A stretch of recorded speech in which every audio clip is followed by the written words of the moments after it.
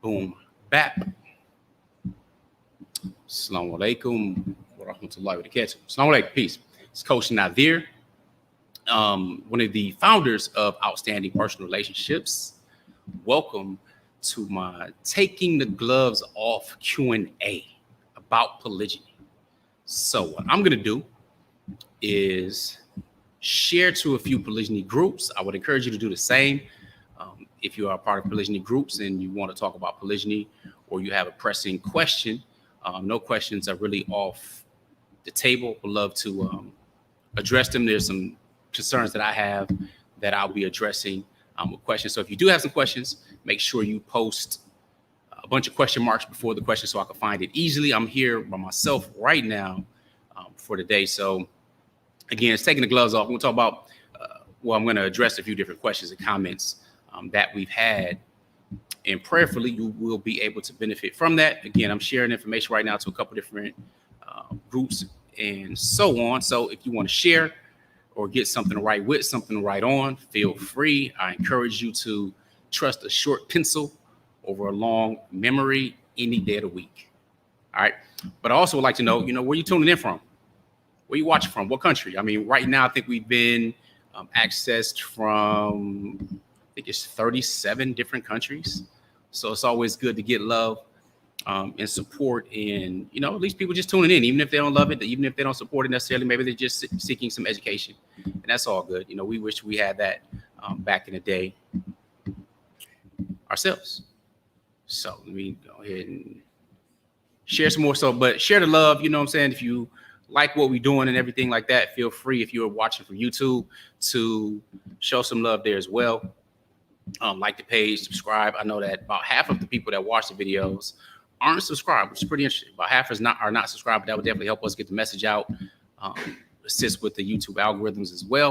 All right, feel free to share it. Now let me share this on my personal profile right here on Facebook. And for those who are watching from our Facebook group called Let's Talk Polygyny, then we appreciate that as well. All right, come on now. Where's the share thing at? All right, again, make sure you have something to write with, something to write on. If you have a pressing question regarding polygyny, I don't care if it's from the man's perspective, the woman's perspective, or whatnot, feel free to ask the question below in the comment section. And prayerfully, I'll be able to go ahead and address it. I want to really just address a number of different things that have come to my attention and seem to be very, very common, unfortunately.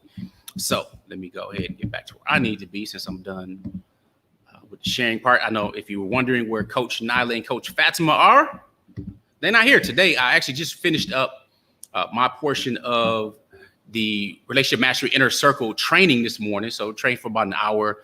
And our members, of course, are going to get the recording in their membership area, as long as the downloadable worksheets and exercises I gave them, as well as downloadable audio. So, if you're not an RMIC member, you may want to go ahead and check that out. I see you tuned in from South Africa and Turkey. What's up? Assalamu alaikum, peace. All over the world, different time zones. It's good stuff. All right, so I want to jump into, let me see,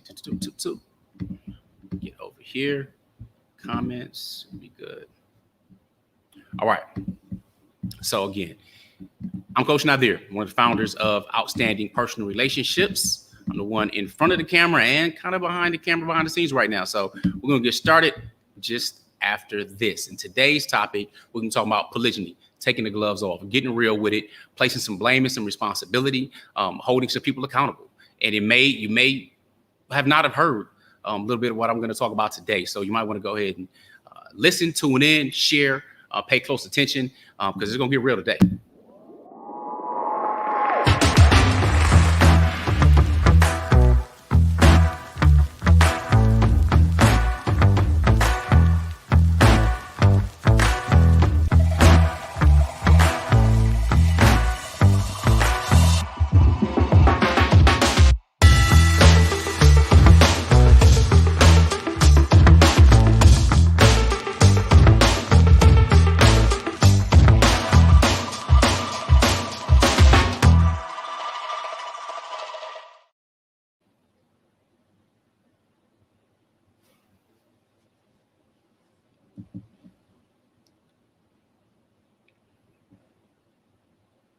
All right, good stuff.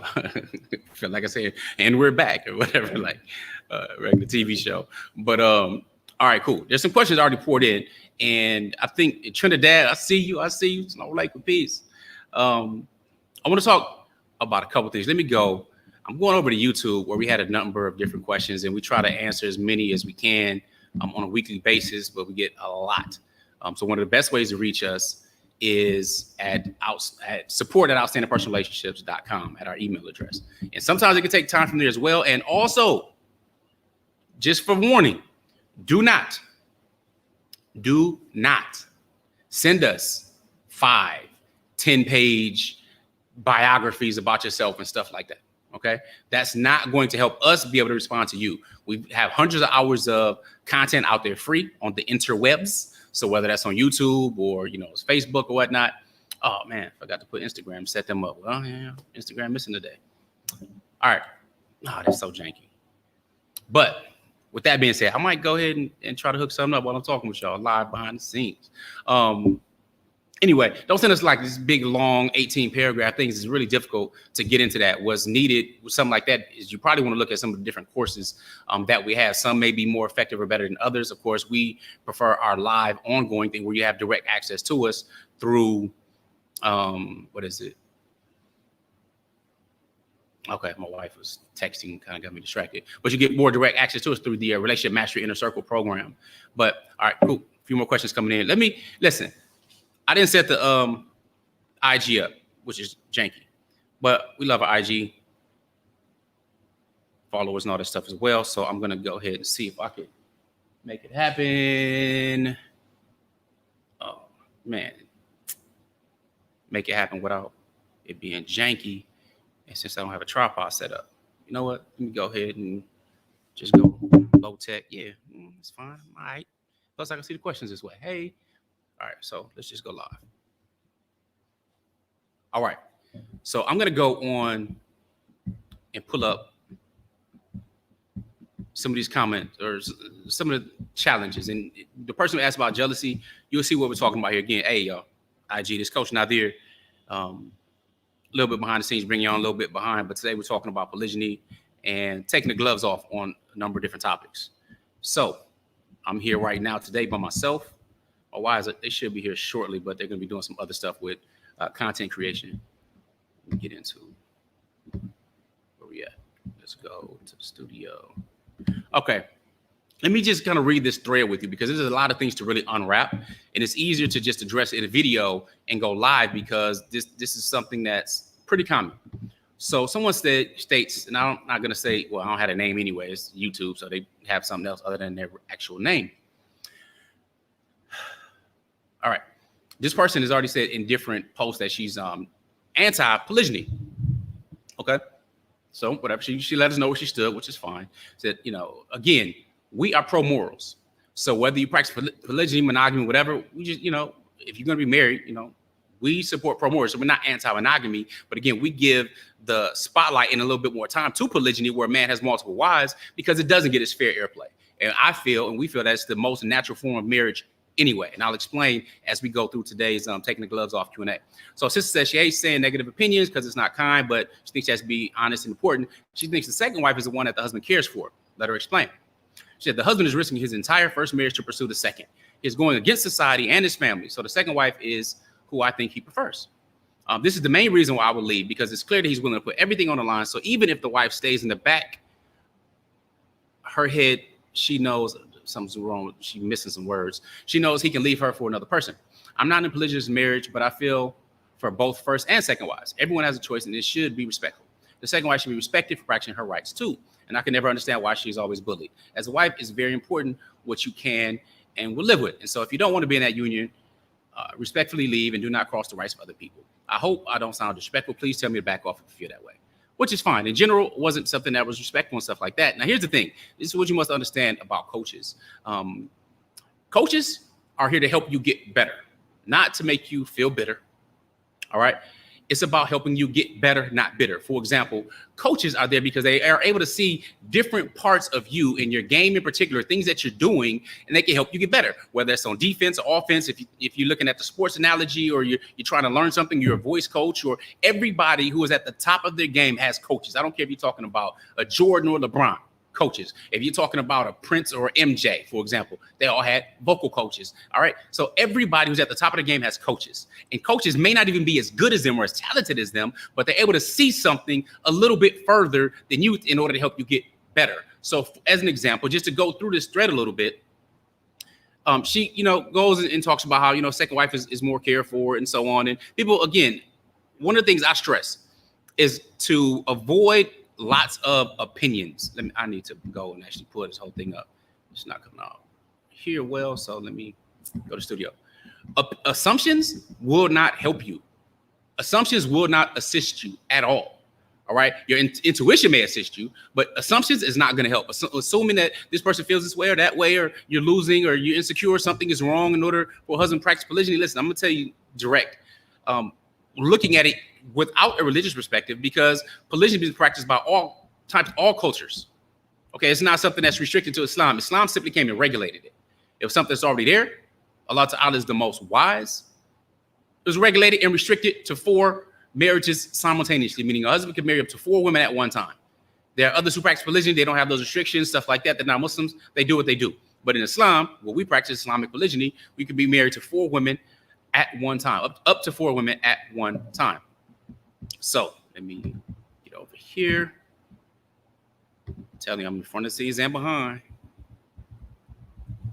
I think this was all right. AES. Where you at?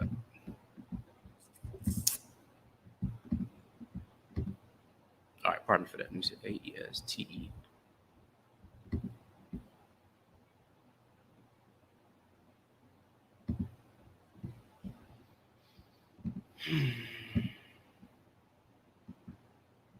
Oh, assumptions won't help. So let us go to this. So regarding that comment, we talk about assumptions. It says, hear what you're saying. That's simply all. It's all simply assumption and coming from a place of insecurity. Coach Nazir speaks about Islam and pulls strength from it. So even though the society is currently doing all it can to promote homosexuality, for example, or transgenderism, he and our family will never bend our values because of society's ways. Many societies were destroyed by Allah because of their collective disobedience. And this is talking to the person who posted the question was Muslim. So once you and other women recognize that polygyny is simply a form of marriage that has existed for millennia, our creator, Al-Khaliq, the most wise, Al-Hakim, regulated and restricted it. His final revelation, who am I or anyone to question the law to Allah the Most High? Everyone does have a choice, and Islam provides the best example of things that are solutions for humans, despite people shunning or not liking it. Keep in mind, the Quran also states in translation, perhaps you hate a thing which is good for you, and you love a thing which is bad for you. And Allah knows why you know not. May Allah rectify our affairs. So to continue, remember what I said about coaches. It's not about them being your friend. It's not about them, trying to make you bitter. It's about them making you better, helping you think, helping you introspect. Many times we have to see what is meant and try to get understanding from something before responding. All right. I don't think any of us you have a conversation trying to get a point across, trying to explain something, and there's an automatic reaction. So a person was just waiting for you to finish speaking so they could jump in with their part, not really listening and processing to the what you were saying, period. And instead, we're more interested in their response. So I think I'm secure enough that I know what I want, what I don't want. Preferring one spouse over the other is not taking from our insecurities, as you put, but rather is what we have observed. The Prophet ﷺ clearly loved Aisha more, radiallahu anha, and displayed that affection, even stating that clearly, publicly and privately. We all recognize that Allah made it halal. We are also emotionally intelligent and know that the human heart, whether female or male, cannot love 2 people equally. Now, with that being said, I do apologize for interfering in family sphere. I have to share my opinions, which is cool. Now, I suggested that we all learn, if you're Muslim, it's definitely really easy to recognize. In Surah An-Nisa, ayah 129, Allah Ta'ala says in translation, you'll never be able to maintain emotional justice between your wives, no matter how keen you are.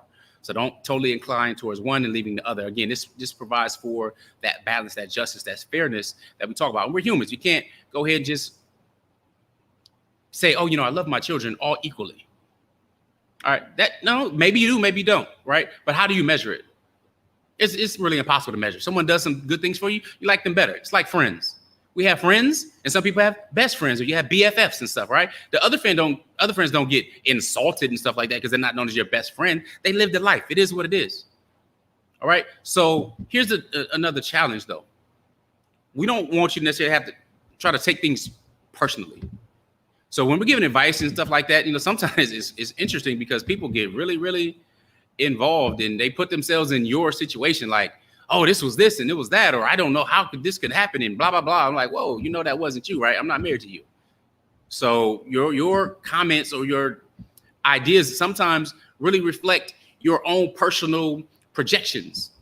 And that's okay in general, but the challenge is if you're insecure about yourself, and we all have insecurities, nobody's just fully 100% confident. No, we all have insecurities about things. I don't care if it's dealing with your weight, complexion, your background, things that you've done in the past, things you might be ashamed of. We're human. Okay, we all have insecurities. So somebody just saying they're against polygyny in a different post, like just straight out saying I'm against polygyny, that's really challenging. Then you're on the polygyny page and talking about stuff with polygyny. If you want to learn something, that's cool, but there's no need to go much further than that. So, for example, another person says that, hey, you know what? Going to polygyny, I don't think the initial wife has a role or decision. And to the contrary, she's just put in front of the fact, in case the marriage is hidden or whether or not the man tells her he's married another wife. So how would this be a first wife world? This is in response to a blog that we posted in the video. And another lady, she states, and she's not Muslim, I'm guessing it's not really imposed if it's a part of her religion. Listen to this. Knowing that what you practice is vital. And if I'm not mistaken, she has the right to ask for a divorce. We're always forced to make decisions and choices in this world. And it's just come back, what I mean by oppose is basically it's to take it or leave it, which is not much of a choice. It's very hard to decide to continue years of more marriage on such limited options, basically, right? And another sense comes in, polygyny is a sunnah. Yes, it's part of religion. You usually get this a lot, and we're going to talk about that a little bit more. Yes, it's part of religion. You can't deny it and all that, right? However, it's practiced by a minority of the people. The majority of people, Muslims, are monogamous. This is facts. So most women go into marriage expecting monogamy. Then a man goes and gets another wife in secret. This puts the woman in a position where they have to choose to stay or leave, which turns their life is what they know upside down. All right. So here's the thing, though. And I'm going to address the sisters, Muslim sisters in particular right now. As I know, and most Muslims know that are adults, that polygyny is a part of Islam. All right. Polygyny is a part of Islam. And though most marriages are monogamous, less than 10% even practice polygyny. But polygyny is a part of Islam. So you do not need to wait for permission to discuss polygyny. Whether your husband might have changed his mind, might have evolved over some years, and maybe initially told you, hey, I'm good with you. You might be his first marriage. You're trying to get this stuff straight instead of thinking about polygyny, like in my case, for example. But you don't have to wait for him to initiate the discussion on polygyny if he's considering it, thinking about it, wants to do it, or what his opinion or ideas are on it. So take ownership of that. Take absolute ownership of that. Initiate the conversation. Have the courage to do so. Similarly, husbands, if you're evolving, change, so on and so forth, you're considering it. Again, we talk about his best practices to discuss it. Try to work on a way to discuss it. Plainly, openly, honestly, if possible. And I know there are communication issues. That's why last month, our entire training through Relationship Mastery is dealing with effective communication and different ways to go about it and do it in a number of different situations. And the pages and pages of worksheets and the downloads and questions we work with our RMIC members is amazing. I mean, communication is extremely important. And just the whole entire lack of being taught that growing up and being taught other than academics in school without learning effective communication puts our relationships at a low. Puts at a really hard time to be able to speak with someone else where we feel we can be open and honest with them, or if they're not approachable, or if there's dashback, or there's always conflict about certain topics. This is a hot button. This person can easily be pressed and manipulated. So women, you have the permission, give yourself permission to discuss polygyny with your husband prior to him marrying again, if that's what he decides or wants to do.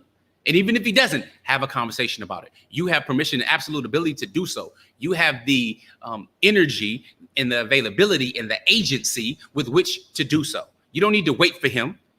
It's in the early part of the Quran. So even if you haven't read the entire Quran, it's in Surah An-Nisa, the 4th chapter. Okay? So think about that. So anyway, basically, there was another comment basically saying, you know what? To do that.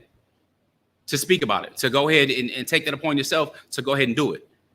No. All right. So those are just a few of the things there I'm talking about. But man, I can't find it. So what I'm going to likely do is just do a video where I can go ahead and I can post this stuff properly and everything else, because doing it the way I'm doing it in front of the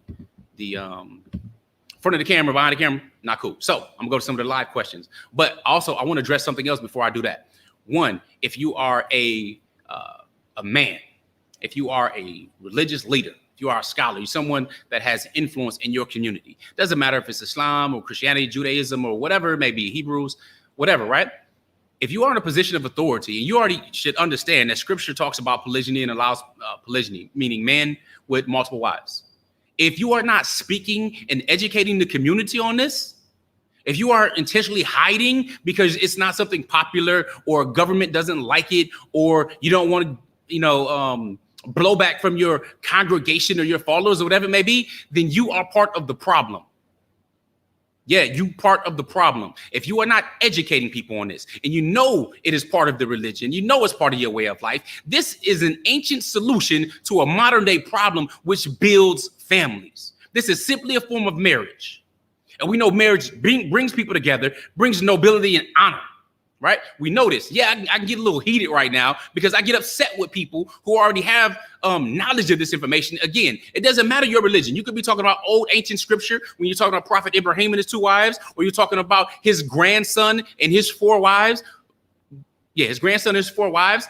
When we talk about Prophet Yusuf and his brothers who betrayed him and stuff like that. So, that's from that side. Then you have, the Prophet Muhammad alayhi salam. Polygyny has been common the majority of our human existence. Only in the last couple of 100 years has monogamy been pushed to the forefront. And I'm not going to go into the history here, but if you are interested in learning the history and how and why that's really the case, especially from the United States, then you probably want to pick up Dr. Nancy Cott, a Harvard professor, her book called Public Vows.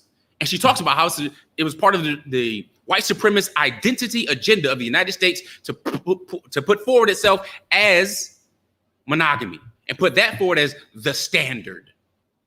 All right, learn about that before you start talking just polygyny in the society and all the rest of this type of stuff. This is ancient, it's well known, and it's a solution to society. But if you don't do this as a religious leader, you have responsibility to lead people. You have responsibility to put forth knowledge, no matter who likes it or who doesn't like it. All right, if you believe that there's a higher power you are going to return to, if you believe that higher power is the most wise, and this higher power has allowed something and regulated something and provided it as a potential solution, then you need to be talking about it or be willing to be accountable for it on that last day that you believe in. Because I'm tired of hearing imams, pastors, ministers, yeah, we know, but we don't want to ruffle any feathers. Guess what? The righteous, the people who move forward, the people who move with morals these days are always the minority. They've always been the minority. And families are being broken apart right now. All kind of foolish stuff is going on right now because the way we made up, the way our marriage system is made up as men in general, is built to be more, to establish families, to build them, to grow them, to work on legacy. And if you're allowing men to be weak, to be unfair, to be effeminate, then accept your responsibility for that and the potential punishment that comes with that. So yeah, I want to hold the scholars, the leaders, the imams, those who know about polygyny, understand the wisdom behind it, but they want to keep silent and keep hush.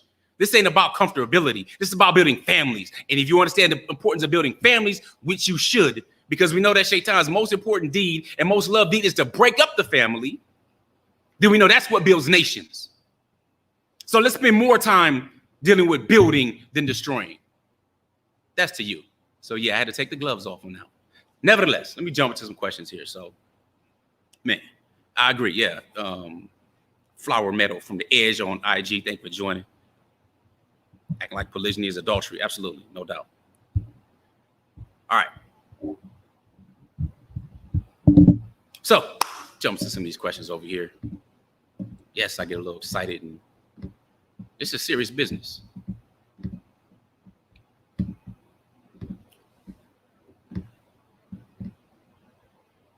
And again, let us know y'all tuning in from too. All right, got Turkey, Trinidad, South Africa in the house. All right, so Suzanne asked a question. Suzanne says, and this will be on the screen right now. Did you experience situations where your wife showed jealousy, like shouting or so, and how did you deal with that? Did I deal with situations where my wife showed jealousy? Yes. Yes, they're humans. They show jealousy. Women are jealous in general. You know what I'm saying? This is normal, natural stuff, and men should be jealous over their women, right? So yeah, I've been okay. Yeah, of course. Both wives, you know what I'm saying, have showed jealousy. Now, here's the thing: I marry wives who are actively in personal development. So showing their jealousy may not necessarily be out in public, though it can be. All right. So like shouting or so, and how did you deal with it? Well, one of the things when you say showing jealousy, now this is a little different because they can show jealousy not around me or something like that, and word to get back, or maybe it's around me, or they could just be jealous and it's me and them, and they're showing jealousy and don't feel it's that, or they may be complaining or saying something. One is to be patient. You know what? So this is what I've learned. Now, again, we're in chapter 11 of polygyny. Okay, so we're in our 11th year practicing polygyny. So, you know, jealousy can be from the beginning all the way until now. Different types of things, different experiences and stuff, right? So one is patience. The second thing is what I normally ask when I feel that maybe this is jealous or something like that, or there's a comparison or something going on, is what is she trying to tell me? What is she trying to tell me? That's the thing I ask myself. All right, what is she trying to say? And it might be, you know what, I don't like how this smell is or that, or you know what, I wanted to go ahead and cook something, or let's just give those as some examples, right, of jealousy. You know what, maybe I had a deal, I switch houses in the evening. So maybe I intended to eat at the house I was going to, but I had already ate and I was too full to eat the food over here. Now it's like, okay, why did I cook for? What did I do? And she might, oh, you're not hungry now? Or something like that, right? That could be a small display of jealousy because I didn't show consideration, especially if I say, hey, I'm going to eat there, or maybe I was fasting all day and I want to have iftar at one house versus the other, right? So one of the things is, what is the person trying to tell me? And what I do, even when they're talking, I ask myself that, and I'll be like, you know, I'll say something like, all right, she's trying to tell me she's hurt. I hurt her feelings because of this. That allows me to be more gentle in that display. All right. And then other answers I get to myself is, you know what, either she's hurt or she's trying to express her love for me. All right. And sometimes it just might not make any sense. And for me as a man, I don't focus on little petty things and other stuff. And I usually have my mind on other things. So maybe I could have done something where it looked like jealousy or something like that. I might, I need to give you an example. I don't call my wives by name normally. All right. I call them by name only when we're around each other. When everybody's around each other, then I'm like Nyla, or I'll say Fatimah and stuff like that. I don't call them by name. Okay. Now, the reason I'm laughing is because I don't call them by name because when I was younger, I didn't really have any girlfriends. I had friends. All right. I had one girlfriend. I married her. We married now 26 years. So, and again, I wasn't Muslim at the time. So I don't call them by name. Now, why is that funny? It's funny because I have pet names that I call them. So if I say baby or something like that, you know, that's in general. If I say baby and I'm just around that person, they know who that is. Or I say Umi or something like that around the kids or what have you. But I use pet names. So if I'm around both of them and I normally just say a pet name, and the way it developed is because when I was a teenager, that's the whole reason to bring this stuff in, right? Is that when I was a kid, you know, I had friends. And so that friends didn't necessarily remember all their names. I didn't want to miscall somebody by the wrong name. So I just started using just pet names and nicknames. That just carried on throughout life. You know, it's not a big deal to me. But if I'm around one and I say bae, they might not know who I'm talking to. And they don't, you know, they might not like that. It might just kind of irk them a little bit under the skin because they known as bae, but you talking to the other wife right now. I know, seems small, but we're humans. We all have feelings. So I have to be conscious of that. All right, we were taking a family photo, and then, you know, wives are both on my side and stuff like that. And we were doing a certain pose, and something wasn't coming out right. So she said, or she like, you know, said something. I was like, babe, just do this. And I noticed a little look from this side of it. I didn't look or give it any attention. And she didn't go, but it was like a look like, I'm right here. I'm bae. I've been bae, you know. So being patient, being gentle. Those are usually the best ways to deal with it. I mean, if you get hot or something is out of the way as a man, and that could happen sometime, then it's easy. Go ahead, take a walk, leave the situation, come back with cooler heads, or make wudu, you know, pray, leave a situation. Prayer time is great. You know what I'm saying? Because, I mean, you can pray. Like, yo, pray, try to release some stress and make some specific dua on some things, and it'll work. Okay? So, prayerfully, that helped. All the way back to being a teenager. Okay, sis. Is it hard to obtain polygyny in America with non-Muslims? Your thoughts? No. Actually, it's easier. It's easier. And not that I have any experience with that. I say it's easier because non-Muslims tend to already recognize the benefits to begin with. They recognize that men and women are created different. They're designed differently. All right, if you just look at our biological makeup, men could have so many more children than women, period. Women are already born with the amount of eggs. They're already not available during certain times of the month and even during pregnancy. Not the full pregnancy, but, certain parts of pregnancy, after pregnancy, they're not available. And so men and women they're biologically different. And many of them already recognize that. What they're looking for in general is a man that's going to be honest and upfront about it. All right. When we talk about polygyny, we're talking about taking care of. We're talking about a man practicing the 3 Ps. And this is something we teach in our other courses, but you protect, you provide, you exert personal power. So if a man has the ability to provide and protect, all right, so not just providing, financially, but providing emotionally and protecting their heart and everything else. If a man can do these things and exert personal power, meaning you have ambition, you're moving forward, you have some goals and a vision in life, many women in general are willing to do that. I mean, do we need to talk about like stuff here? Let me give an example. You got baller alert. How many men out here that have these means that women are attracted to? They're looking at the means. It don't matter if you're ugly, old, sugar daddy, whatever it may be. This stuff is out in society. But now, what if you had an actual moral alternative and it's called marriage, but it's called polygyny? Well, now you have a family structure. All the children know who the father is.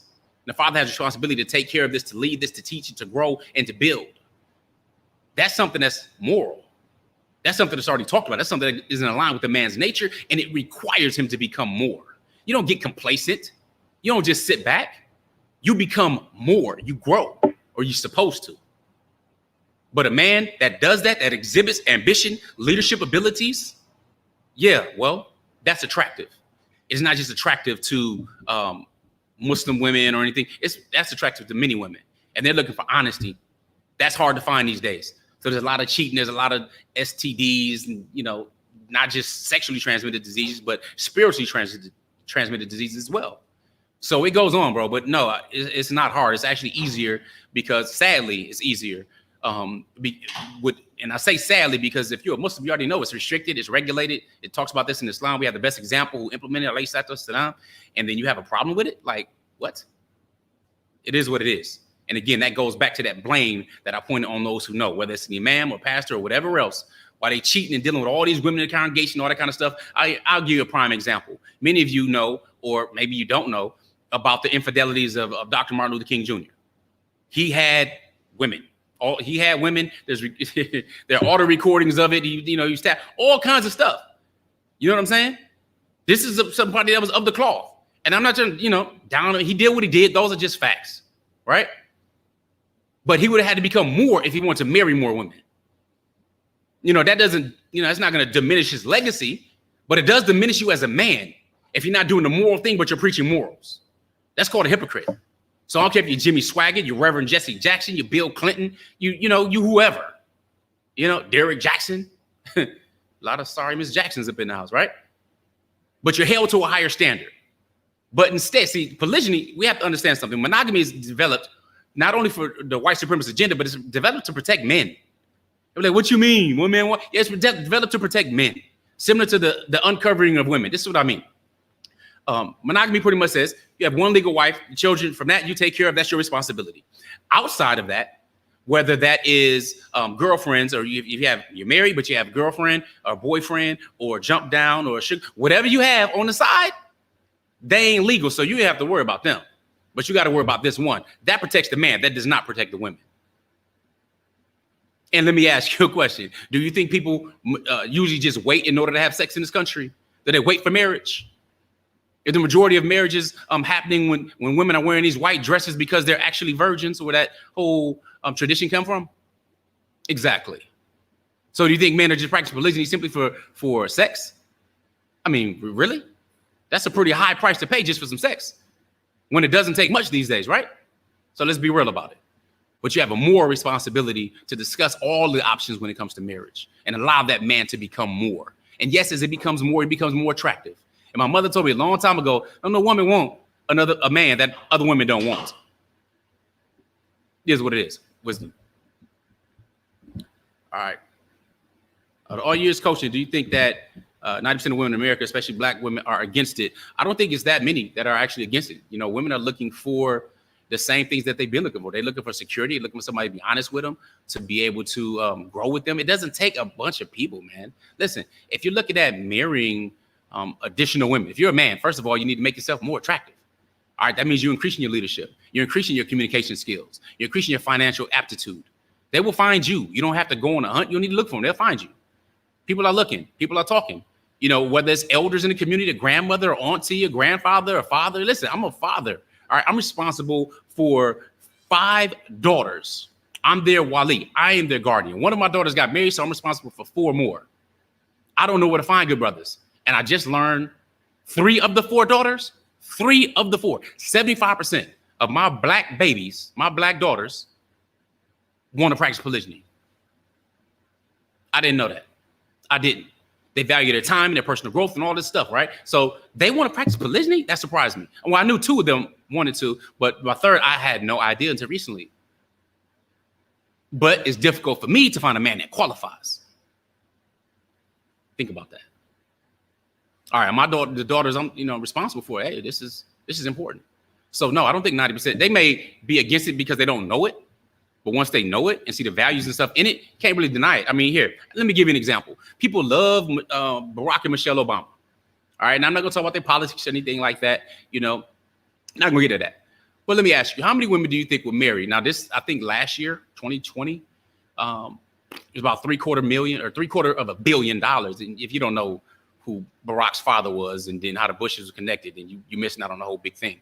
But there was over $700 million in his tax return. Do you think women would line up to go ahead and be married to Mr. Barack Obama? How many? How many think you can take care of? You know what I'm saying? Do you think they would? Do you think or are related to some women who said, oh, yeah, he can take. Yes, I would absolutely marry him. I have no problem with Michelle or several other women or whatever else. Right. So just think about that.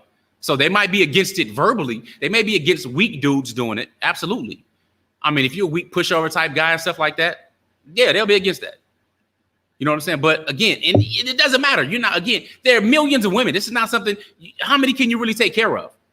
You know what I'm saying? I'm restricted to 4. I don't even want 4. You know what I'm saying? I want to help my children get married. I have 2. I'm good. It's easy to divide by, all of that stuff. You know what I'm saying? That doesn't mean I'm not open to something present itself, but that I'm not looking and pursuing. But it's only, I could add 2 more. 2. It don't matter if you go through 100 or interview or whatever kind of elaborate system is set up. It doesn't matter if 90% are against it. You would need 4. If you're unmarried and you have a restriction to 4, all right, 4. Can you find 4 and 25, 4 and 100, 4 and 1,000? If you're the right man, you absolutely can. That's my belief in it. So we work on that with brothers because, sorry, man, a lot of brothers are just, they need to grow. I'm gonna say that. All right.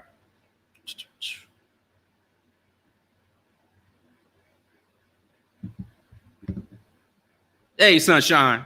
Appreciate you agreeing. She says, I agree totally. Women have the right to discuss the topic of polygyny with your husband. Absolutely. Matter of fact, we want you to go ahead and initiate it. Do that. Show some maturation with it. Deal with it because it might hurt. It might pain for you to really figure out what your husband wants. And that doesn't mean anything is deficient with you. This is what we created. And if you're Muslim, Allah Ta'ala says in the Quran, he created man with a desire for women. And even says gold and silver and children, all of these different things we were created with, it's inside us. And if we don't have a moral way for it to come out, people who are not focused on their morals or their imam or their faith or their belief system will allow it to come out in other ways. Hence, knock, scholars, imams, religious leaders, not talking about this form of marriage. But we got a problem with what's going on in the community. Come on. Anyway, all right. Going in. Suad Ahmed. Thank you for not reprimanding their jealousy. It is ridiculous how most men say fear Allah to dismiss a woman's feelings of jealousy. Nah, absolutely. That's actually ridiculous because jealousy is normal and it's natural.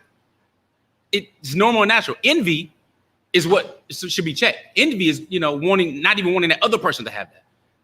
That envy is warned about.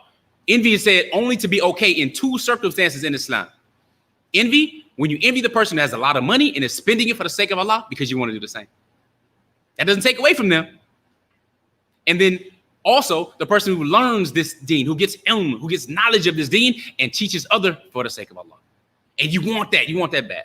So those are the only 2 cases. Any other case is bad. It's a reprimand, is evil. We say that when Surah Al-Falaq, for example. But jealousy is natural. If your wife isn't jealous for you, if you're not jealous for her, something's not good and healthy in that relationship. Now, that doesn't mean she shouldn't have self-control or be aware of it and everything else. She shouldn't, be a toddler. She should be mature. We are adults, so we should begin to behave like one. Jealousy, to me, is not an attractive trait whatsoever. All right, well, out of control jealousy. Sometimes it's funny. Sometimes it's cute. Like my wife, Coach Fatimah, talks about how my daughters were jealous of a cashier. Some cashier was like, "Oh, these your nieces?" And they were like, "Why?" And I didn't know. I'm like, "No, these are my daughters." And they were like, "Why would we have to be his nieces? Why can't we be his daughters?" and stuff like that. Because as women, they caught the energy. I guess, she was flirting with me or something like that. I don't know. But it is what it is, right? So that natural jealousy is cute. It's supposed to be there for that protective jealousy. I'm going to tell you something. If that jealousy wasn't there, then women wouldn't have a problem with their husbands marrying others. All right. This jealousy is there to really help keep men in check from doing whatever they want to do and becoming oppressive. Or it should help with that. And Coach Fatimah or Coach Nyla just walked in. Can you get a tripod for this? Because I forgot IG. Not on purpose, y'all. But I forgot IG, and it's right here. No, it's right here. It's over here somewhere, right there, next to my briefcase. All right, so jealousy, that's that. We should honor that. I hope that I'm verbalizing the reality. Sabah. Syed or Saeed might say 100 years for Muslim women to recognize polygyny is good for them. Alas, maybe it is what it is. I will hope it doesn't take that long. Just we ain't gonna live that long. Yes, you can sign off. Natasha, feel free to sign off. I'm gonna tell you something. I'm a coach. All right. Now, white supremacy, really? Okay, great. Listen to this white woman. She's a doctor from Harvard. Her name is Nancy Cott. Google her. Nancy Cott, C-O-T-T. Her book is called Public Vows. Yes, Public Vows. And it's not my assumption. I would never have thought it was a white supremacist thing. This is this white woman's historical analysis backed up with data, which is why I shared her book information. Because for me, initially, I was like, monogamy coming through white supremacy, I really didn't get it. But when you get the book and you study, then you can actually go ahead and choose to research. But if you want to sign off, peace. IG is right here. Told you, we're taking the gloves off today. Yeah. Really? White supremacy? Yeah. Hit her up. Nancy Cott. Harvard professor. She still teaches there too. Anyway. All right. Good question. We did a video about this, but we actually have more video. I guess I should have held that phone. You got to just going back and forth, everything. I don't even know if the audio is, I guess the audio is okay on there. Anyway, how do you validate or legalize your second wife within the confines of your life with her? Bank accounts, health insurance, beneficiaries, etc. That's fine. Is the audio okay? I see Coach Fatimah's on the IG feed. If the audio is good, please give like a thumbs up or something. Hope it is. All right, cool. Here. How do you validate or legalize your second wife within the confines of your life with her? Bank accounts, health insurance, beneficiaries. Everything that was listed, all right, bank accounts, health insurance, beneficiaries, and stuff like that, those are things that can be purchased. So when we talk about increasing your financial acumen, that's the point. All right, you're not going to be able to legalize anything in a country that doesn't recognize it legally. Matter of fact, there's no laws for pro or anti-polygyny whatsoever in the U.S. It's not. There's a law called bigamy where you cannot have two marriage licenses. Now, a license is permission to do something which is otherwise illegal. And I'm not going to go into this whole Black's Law dictionary and understanding what's lawful and legal, maybe a little bit. But legal is regulated by government or other entity. Marriages have been around before the establishment of governments. Okay? They have reasons for it when you have certificates and different things, and those mean some very specific things in particular fictions. All right? But that does not mean in the eyes of God that your marriage is invalid, that it doesn't go through the state. All right. And what I suggest for people to do, especially when practicing polygyny, is contract.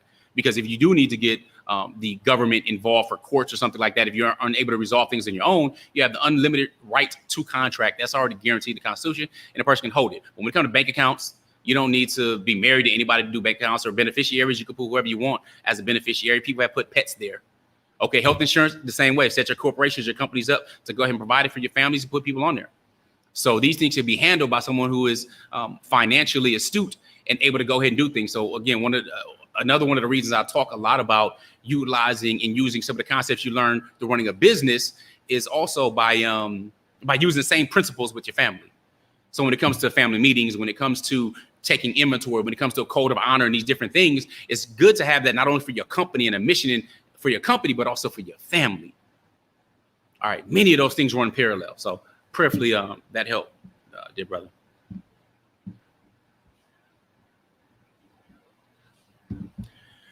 It's a privilege, not a right. What do you say to brothers who marry and divorce, leaving children all over the community? Then they say they won't marry women with kids.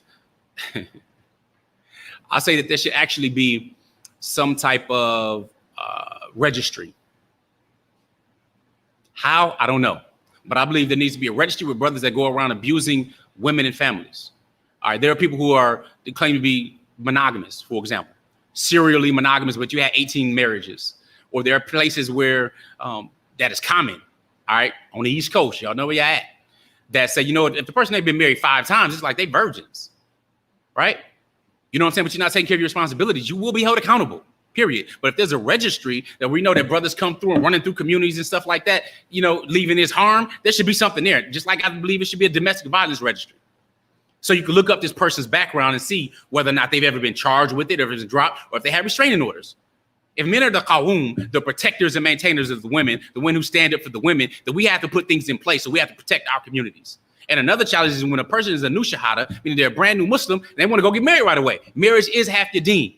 The challenge is, I'm of the opinion, and I heard it from Brother Shadi, was he like, you know, new Muslims should get married for 2 years. They need to study their deen in their life first. And I know it's hard because if you're coming from a life of being a non-Muslim, you know, sex is probably a regular part of that. You know, I'm just saying, right? So you want to get married. And that's a noble thing to do, but you need to understand your rights and your regulations and all these other types of things because the predators come out. Sisters become Muslim, and all of a sudden, brothers, you know, sad but true. Brothers like, oh, y'all see her over there? I'm going to get my kufi right and all this stuff, and I'm going to go press it with some Arabic. Next you know, you got somebody that's married, divorced, some with a single child. And I know it's a little funny, but, you know, it's sad. It upsets me. So what I say to them, one is very, very destructive. One, you navigate, you coordinate some stuff on the screen. Okay, I was in front of the camera and behind the camera. My wife get to help, and I'm like, "What's happening?" Just the question is going.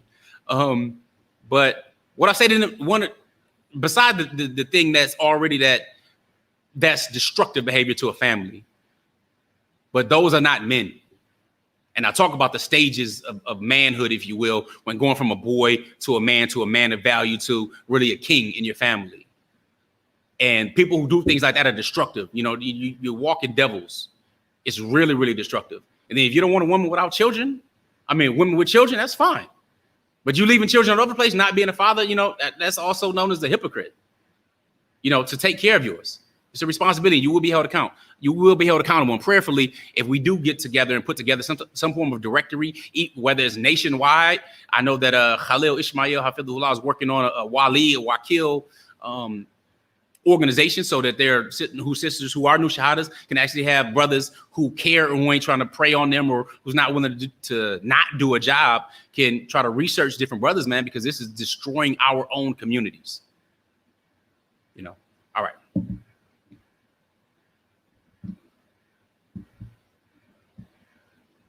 Take the gloves off. All right, what? You just throwing the questions up there like that? You just throwing it out there, huh? Yeah, no. I might not have been ready for it though. I might want to go on a tangent. See? Coach Nyla just going off like, get to these questions. All right. So, wa alaikum assalam, Chanel. Do you think that men who are monogamous are depriving themselves because they are naturally polygynous? No. It's a choice. It's simply a form of marriage. Again, we're not anti-monogamy. All right, period. We're just pro-morals. That must be understood. Though I feel strongly that the most natural form of marriage is polygyny. That requires men to do more, be more, and everything. It is. But that doesn't stop, you know, the men who are, you know, monogamous from also getting the same type of satisfaction. I don't believe that it's, you know, it's the majority of men feel that way, that they just only want one wife, you know, or, you know, let me be real. Let me be more clear, I should say. I'm being real for sure. I don't think that men who are married to one wife just are okay with, having one wife. They can have one wife and they can be fine. They can be happy. All of that. That's real. Now, when I say don't want more than one wife, a monogamous man can absolutely not want more than one wife, but he wants more than one woman. All right. So whether you're monogamously married, how many men do you know that are monogamously married without, I don't know if I said this here or in the RMIC. I think I just said it here. When we talk about the Reverend Jesse Jackson or the Jimmy Swaggarts or your local mayor or, Derek Jacksons or whatever that have cheated. They didn't want another wife. See, polygyny requires you to be more. So even having this discussion, men who are not men of value are not interested in this discussion. I mean, it was funny because I remember Kevin Samuels talked about it. He was like, "Are you talking about polygamy?" He's like, "No, I ain't talking about polygamy. I'm saying what do you call him? A man of value, high value man." He called him a high value man. He said, high value man can cheat. You're in the top 10% of the population, as long as he doesn't bring any outside children or STDs home. You should expect him to cheat. He's going to be with other women. Other women are attracted to him. That right there is not moral. And somebody said, you talking about polygamy? No, I ain't talking about marrying somebody else and doing all of that. So most men don't want another wife, but they do want multiple women. Okay, it's a big difference. So think about those who've cheated, who's lying, who they not even be married in doing that. You know what I'm saying? People are boyfriends and girlfriends and practicing unrestricted polygamy, men and women. Do I think they suppressing themselves? I think that since they don't know that this is an option, they are not becoming more. You're complacent. Most are becoming complacent. They're not doing what they need to do to double their income, to increase their emotional intelligence and aptitude, or become, better at communicating. So it does, when we don't have all the options on the table, we don't really have an ability to choose, or if we do know and just don't do, hey, cool. You're just not that dude.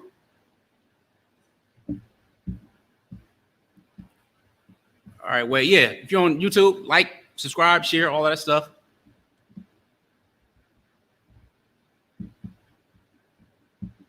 All right. All right. We got some questions. Put some question marks in the comments area. I'm going to go to the questions and try to scroll through and see if there's something on IG. And I'm going to recap for you as well before I end off. Well, let me scroll through some of these other questions and see.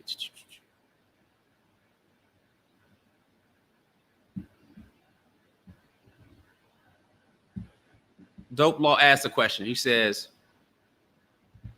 "You forgetting the ticker and stuff though too under the banners. Under the banners."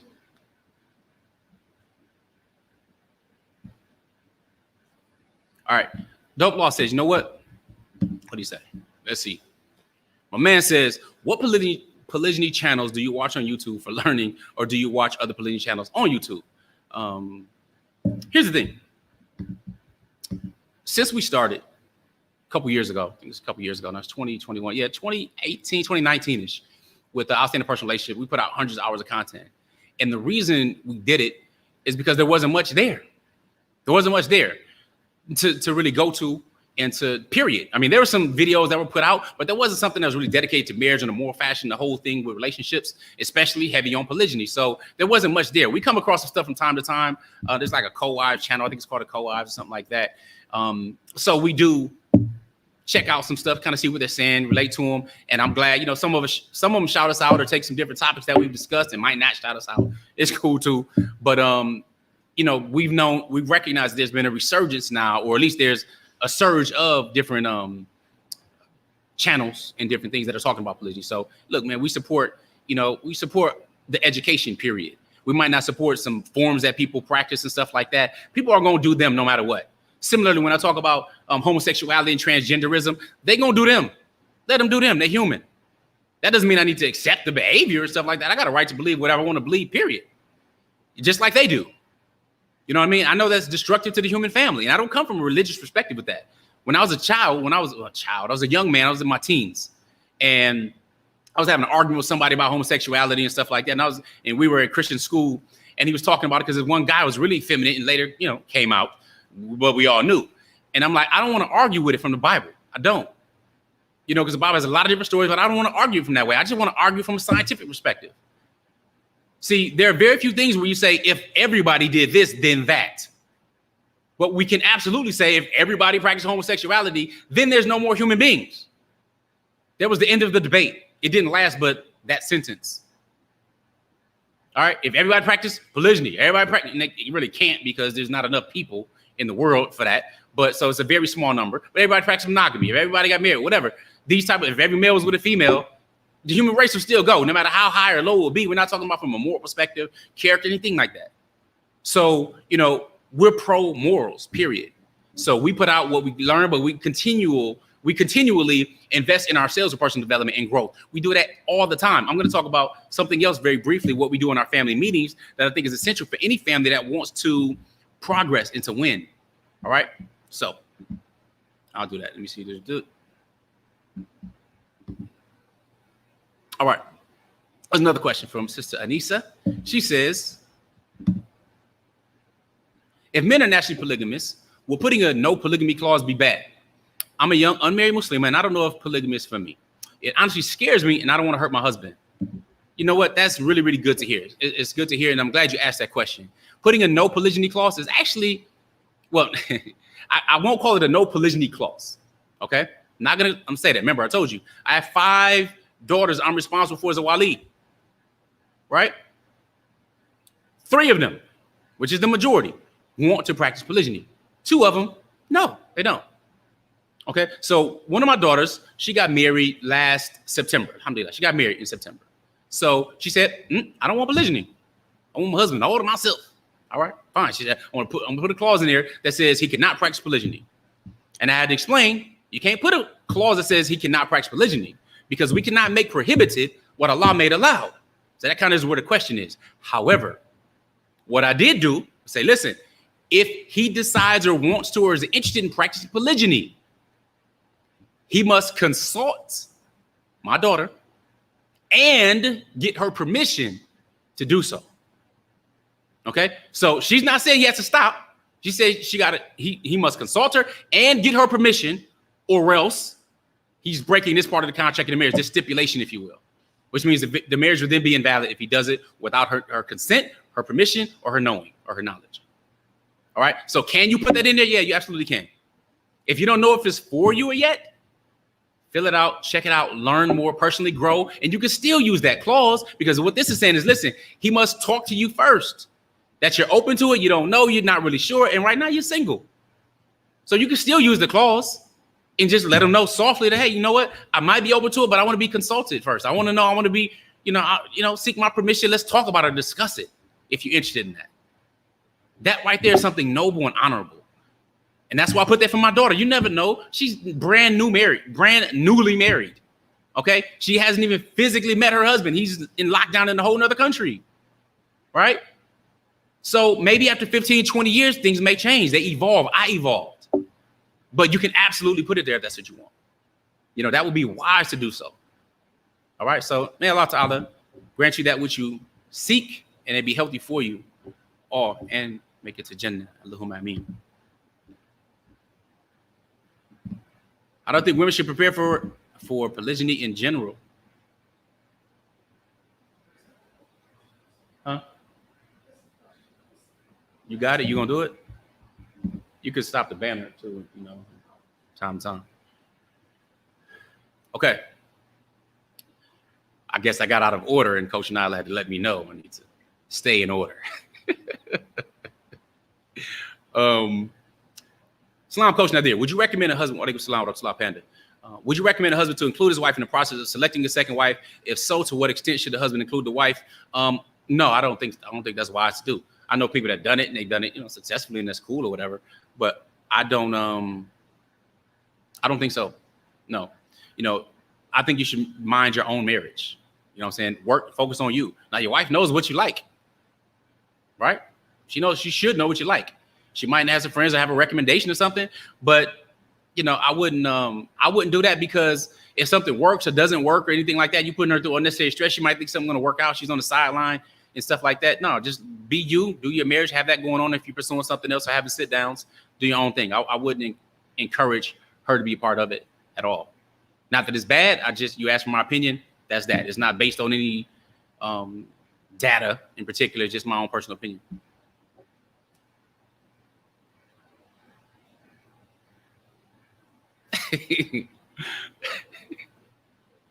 You know, I'm used to having the controls and stuff, right? I have a laptop in front of me. All right. So Suad asks, how do you think women should prepare for polygyny in general? I think they should prepare for polygyny by one, committing to personal growth and understanding their deen if they are Muslims, understanding your religion if you're Muslim, and understand the history of polygyny in general.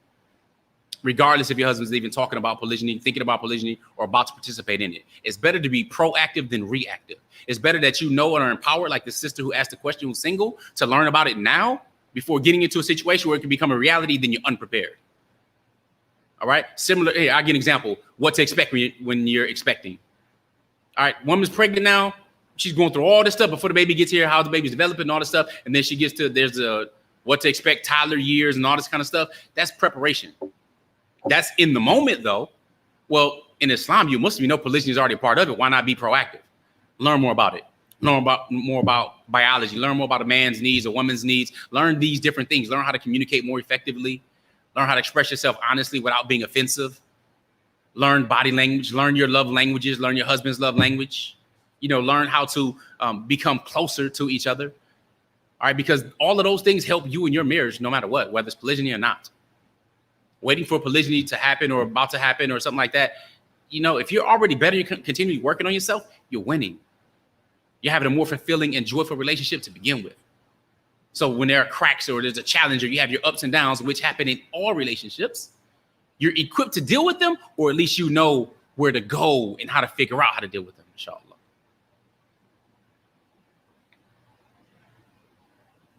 What's the best way to seek an initial wife? The best way to seek an initial wife or multiple wives is to become attractive. And I don't mean just, oh, if you're ugly, there's no hope for you. I'm not saying that, because I remember vividly with Janet Jackson and Jermaine Dupri, and you look at Beyonce and Jay-Z and stuff like that in this country, right? And I'm not saying they ugly. I'm just saying they're not matching when it comes to aesthetics. So that's not what I'm saying. What I mean by becoming more attractive is increasing your leadership skills, increasing your communication skills, your interpersonal relationships, your intrapersonal relationships. Work on your financial acumen. You become more attractive, and you have to lead a house. People will see you. People will see you. People talk. I don't care if you're involved or not involved in certain extracurricular activities like sports and stuff like that. But people see you, whether it's at work or in your business or, you know, in your religious organizations or your fraternities or so forth. People see you. So become more attractive. That's it. If you're an introvert, I'm an introvert.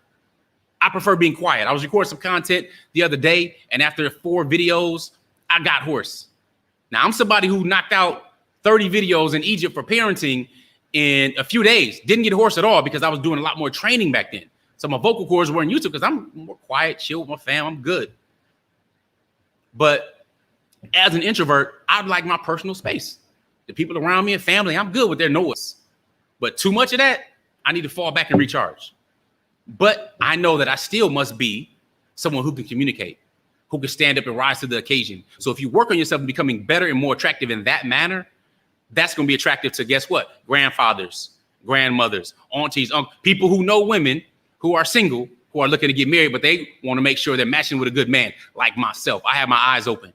Sadly, I don't see many brothers that qualify. I can't even say many. Sadly, I don't see few brothers that qualify to marry my daughters. I don't want my daughters to be the leaders in the relationship. They can add, they can consult, and all that. They don't want to be the leaders in the relationship. All right, they're great team players. They're going to make the home and do a lot of different things and be independent, a number of different things that they can handle.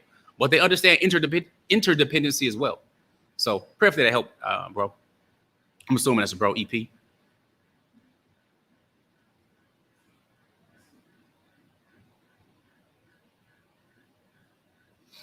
Coach, from your perspective, who is the most unprepared for marriage, the male or the female? Both. There's really not a one or other thing. All right. What's lacking, if you want to ask, from that perspective, from the male thing, the male side is leadership.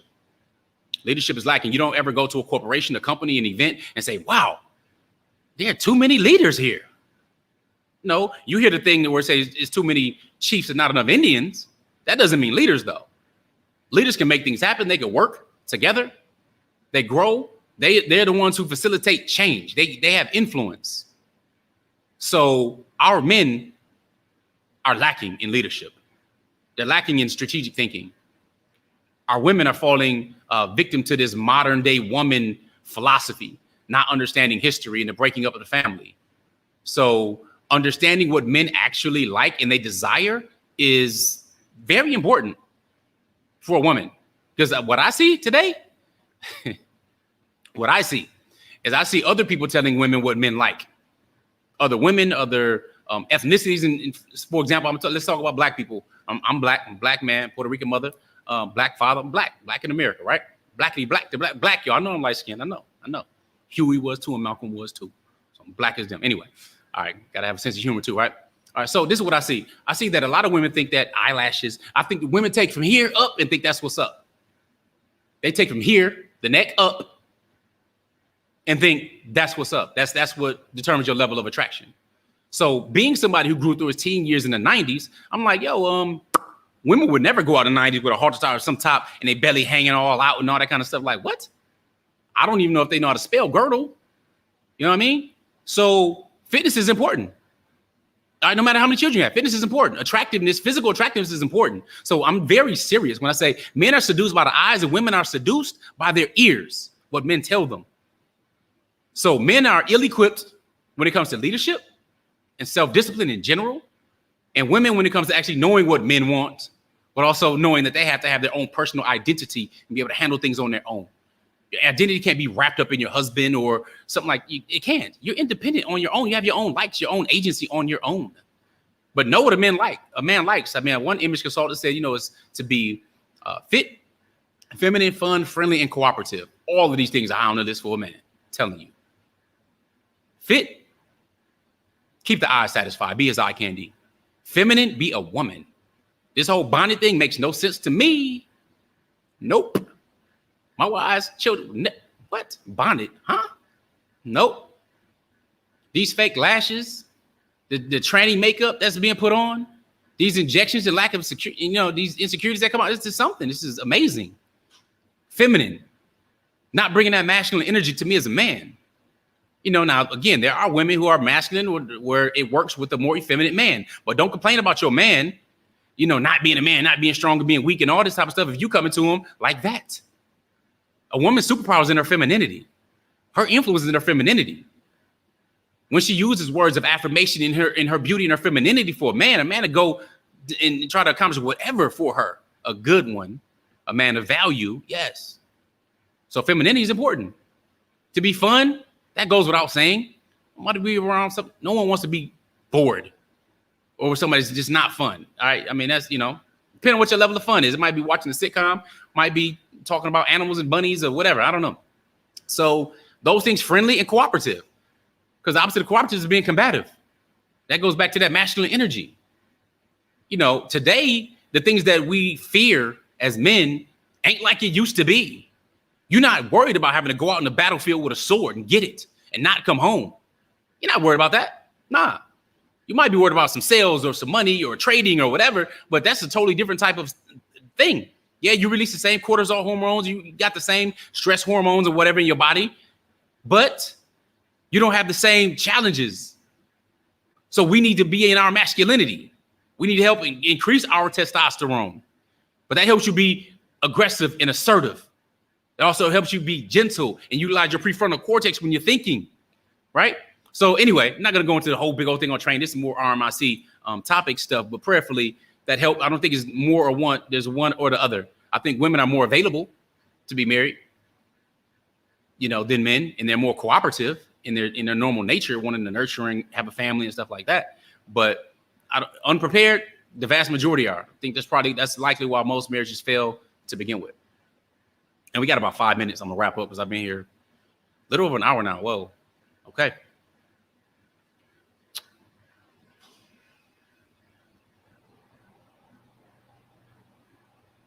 All right. Eliza Peterson. How does the incoming wife / concubine feel involved? What? Calling me during this live. All right. How does the incoming wife, concubine feel involved or have a place in the home without making the initial wife feel like she is taking over? Well, we don't do concubines in Islam. We don't practice that. let's say prisoners of war and stuff like that. You're somewhere that has an Islamic state. Nevertheless, how does an incoming wife feel involved or have a place in the home without making the initial wife feel like she is taking over? All right. A couple different things. Depends on how you set things up. Like my wives and I, for example, we don't stay all in the same roof. I have a larger family. And we wouldn't stay in the same roof even if it was a smaller family. All right. I believe that women, queens, need to have their own area, their own kitchen. They have to have things the way they like them. That's my belief. That's what they agree to. That they have their own homes in close proximity. Okay. But if someone is in the same home, well, Coach Nyla did a few different blogs on this. So if you look through the channel, she talked about that as an incoming wife and stuff like that. But a person chooses to feel how they feel. We all have emotions. And emotions is a split-second chemical reaction in our body. All right, there's neural synapses and everything that we focus and we have, boom, it's there. But the feelings, there's a difference between emotions and feelings. The feelings are the meaning we associate with that emotion. All right, so a feeling can last a week, an hour, days, months, years even. But emotion is usually just a split second. So a person chooses to feel, oh, they're trying to take over when they may be coming in trying to just help or move this around or set some stuff up, make people feel comfortable. The other person feels, oh, she's trying to outshine or outdo me. You know, she's trying to show she's better than me. And that's not the case at all. One, we don't know their intentions. Two, so a person chooses to feel they want to feel. So it's asking, having an open, honest communication I just talked about why do they feel that way? What's the deal? Just this battery just died on the front. So y'all can still hear me though. So I'm here. Nevertheless, hopefully that helps there to really understand and communicate about why do they feel a certain way. This one right here. All right. You know what I'm going to do? Yeah, that needs to be changed. I'm going to switch cameras. Hey.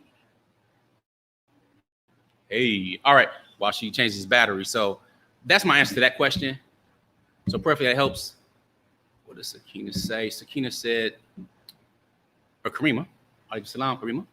She's in polygyny, happy you're doing this to educate all the people that don't know about what's about. Alhamdulillah, may Allah reward you and your queens. Allahumma ameen. We appreciate it. And likewise for you and your family. All right. Watch from the beginning page. We can see you still. Yes, I had another camera, so I switched it. So Coach Nyla is working on changing the battery. Take the whole bottom part off of there. Got it?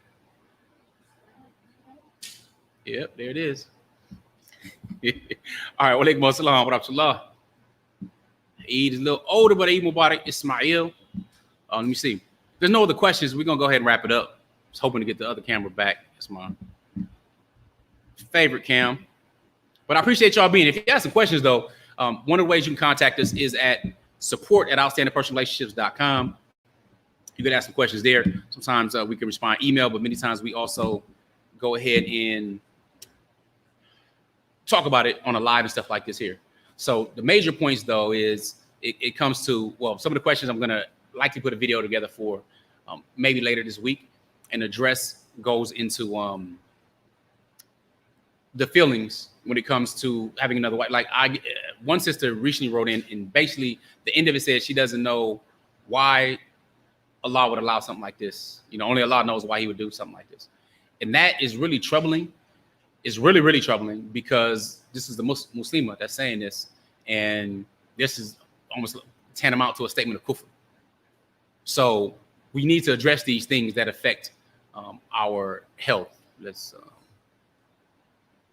That affect our health a little bit more.